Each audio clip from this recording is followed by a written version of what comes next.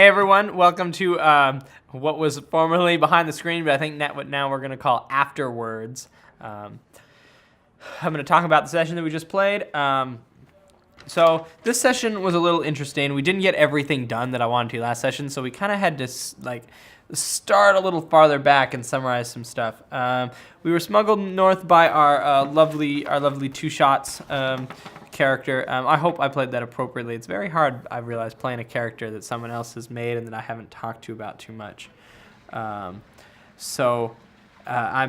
actually really liked doing that, and I'm really hoping, I mentioned at the end of last session, of doing kind of an open world so that DMs can collaborate and we can have and players can collaborate, and we can expand this whole world. Because, I mean, I have this whole wide world, and we've only dealt with this half of this northern part of this continent, and there's so much great stuff and so much potential for some really awesome stories that we can tell as a group and really try something that hasn't been done before. And I guess there are some bigger world stuff with some of the Pathfinder stuff. They have kind of the big world, but I think it might be kind of cool to have a little bit more control and have a little less canon.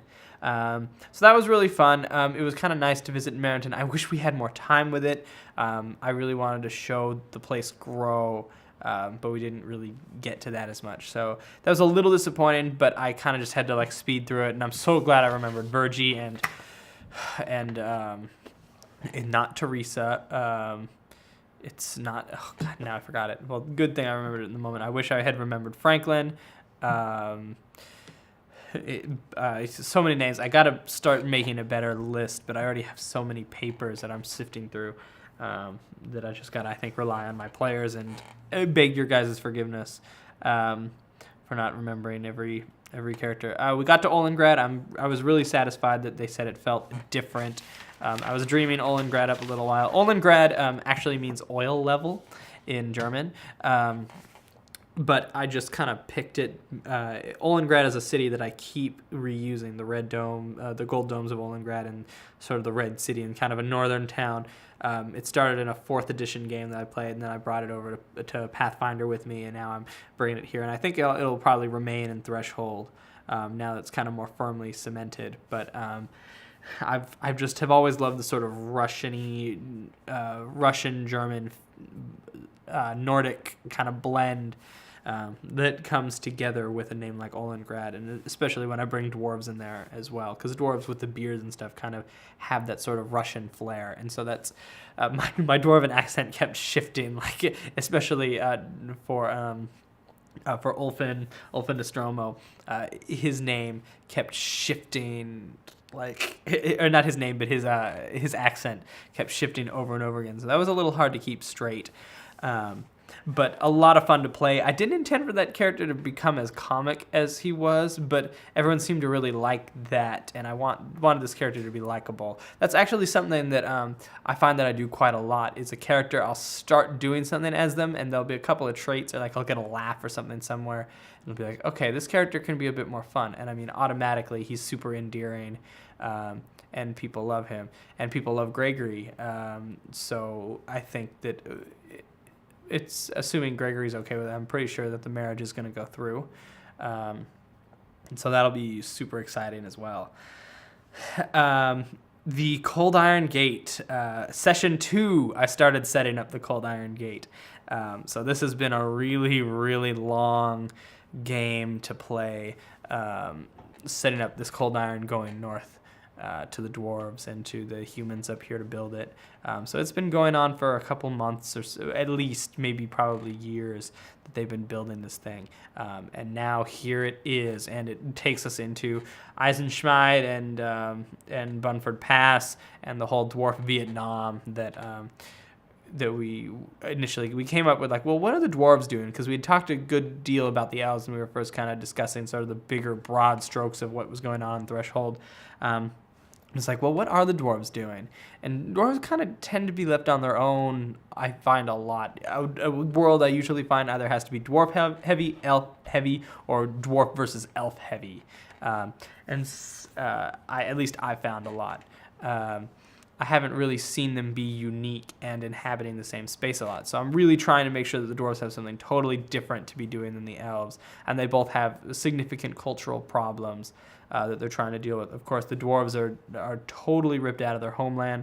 The world is a Mobius strip. The world of Threshold is a Mobius strip, which means there is another side to it, which you could get to by traveling east and west, but you can also dig through it. So the dwarves have actually dug down to the deep side. There's a section where it's like a circular chamber where gravity stops making sense. But on the other side, of course, on the other part of that continent is the Fae, and they're coming now through the tubes to get to the other side here. Brian's patron, obviously, it's been pretty heavily telegraphed that she's behind all this, his fairy godmother. So she's obviously has some plans for Jamie and has obviously been calling him here. We got the tunnels in last session, and now, of course, we've reached the tunnels. I wish we had but I wish we had set up the tunnels a lot earlier, just because I knew that this was where it was going, and I think it would be a lot more satisfying if we had more than one session to kind of foreshadow that if the tunnels were a recurring theme. There was a time, I think in Haddock, when there's the cave of Haddock, that Jamie kind of reacts to when it's mentioned. And I say, oh, it's not like tunnels or anything. So at least as far back as that, it's been being planned.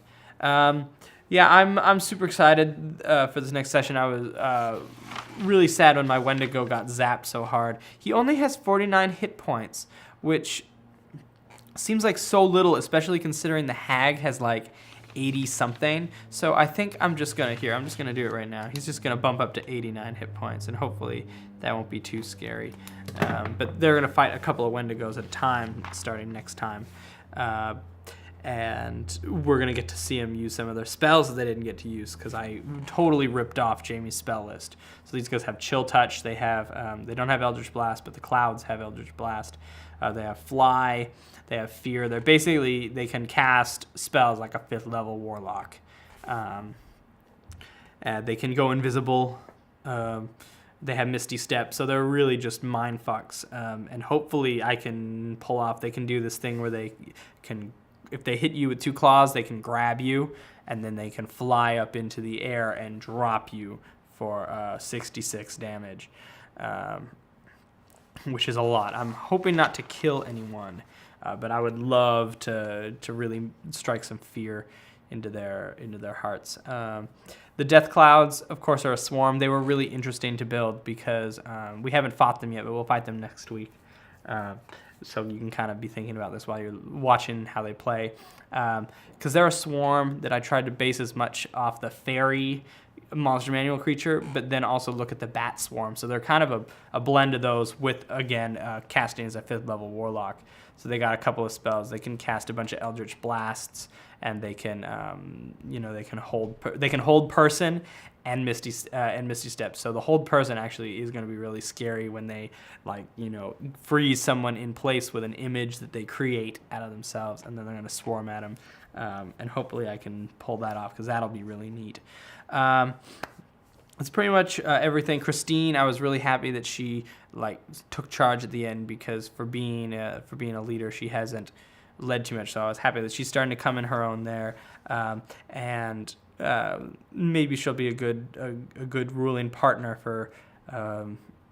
for Gregory, especially now as they kind of start defending what could very well be her new home, as well as in Marenton, and who knows what the full implications of this war later on could be, or if it'll even happen, if somehow the Cold Iron Gate is breached. But I mean, it would be really hard for the Fae to open it. They'd almost need someone on the other side.